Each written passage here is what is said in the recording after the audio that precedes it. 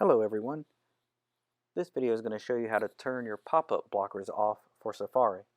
The first thing we want to do is click our gearbox for our settings. When we get into our settings, if you look at the left menu, you need to scroll until you see Safari.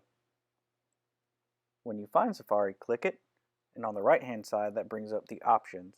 And we're going to scroll till we find pop-up blocker. When you find pop-up blocker, make sure it is gray. Gray means off, green means on. So we want it gray so that we have our pop-up blocker off, and this should allow you to open your assignments with ease. If you have any questions, please feel free to reach out to your teacher.